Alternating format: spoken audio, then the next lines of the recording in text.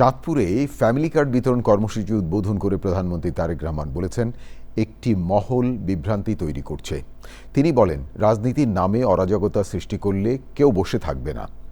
চাঁদপুরে ইপিজেড ও প্রযুক্তি বিশ্ববিদ্যালয় স্থাপনের ঘোষণা দিয়ে প্রধানমন্ত্রী বলেন, এখন সময় দেশকে এগিয়ে নেয়ার। প্রিয় দর্শক, মোর্শেদ আলমের সহায়তায় মনির হোসেনের ভিডিও চিত্রে আরও জানাচ্ছেন সহকর্মী রাহুল রায়।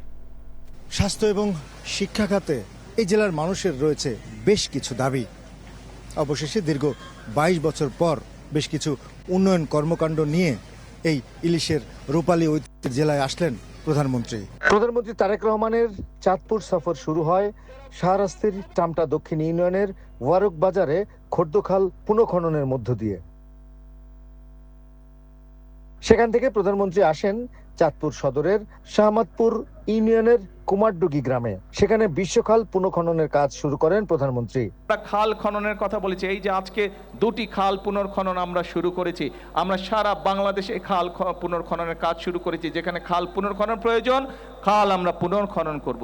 সংসদে বাজেট হওয়ার সাথে সাথে আমরা আরো অনেক বেশি সংখ্যক মায়ের কাছে, সারা দেশে আরো অধিক সংখ্যক মায়ের কাছে আমরা ফ্যামিলি কার্ড পৌঁছে দিতে পারবো। আমরা ডিগ্রি বা স্নাতক পর্যন্ত মেয়েদের শিক্ষা ব্যবস্থা অতি দ্রুত আমরা ফ্রি করে দেব, যাতে তারা মেয়েদের লেখাপড়া করতে কোনো রকম খরচ না হয়।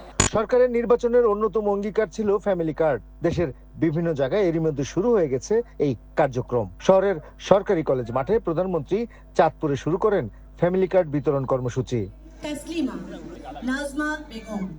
প্রধানমন্ত্রী যে অঞ্চলে যাচ্ছেন সেখানকার স্থানীয় মানুষের কিছু দাবি দাওয়াও পূরণ করছেন। চাঁদপুরবাসীকেও আশাহত করেননি প্রধানমন্ত্রী। সম্ভাব্যতা যাচাই করে এই ইপিজেড এর কাজ যদি বাস্তবসম্মত হয়, তাহলে এখানে আমরা ইনশাল্লাহ দ্রুত ইপিজেড করব, যাতে করে এই এলাকার সন্তানেরাই শুধু কর্মসংস্থানের ব্যবস্থা না হয়, যাতে করে এই এলাকায় আরো বেশি মানুষ অন্য এলাকা থেকে আসতে পারে বেকার যুবকরা কর্মসংস্থানের জন্য। আমরা চাই প্রযুক্তি বিদ্যালয় করার মাধ্যমে আমরা চাই আমাদের দেশের তরুণ সমাজ, ছেলে হোক মেয়ে হোক, তাদেরকে দক্ষ হিসাবে গড়ে তুলতে, যাদের দেশেই হোক বিদেশেই হোক তারা কর্মসংস্থানের ব্যবস্থা করতে পারে। কিছু রাজনৈতিক অভিযোগও করেন প্রধানমন্ত্রী। আমাদেরকে নতুন নতুন টেকনিক্যাল কলেজ গড়ে তুলতে হবে, যাতে করে আমাদের ভবিষ্যৎ, আমাদের সন্তানেরা, আমাদের তরুণরা যাতে করে সেখানে দক্ষ হিসেবে গড়তে পারে। আমাদেরকে হাসপাতাল গড়ে তুলতে হবে, আমাদেরকে ডাক্তার গড়ে তুলতে হবে, যাতে করে আমাদের দেশের মানুষ চিকিৎসা সুবিধা পায়।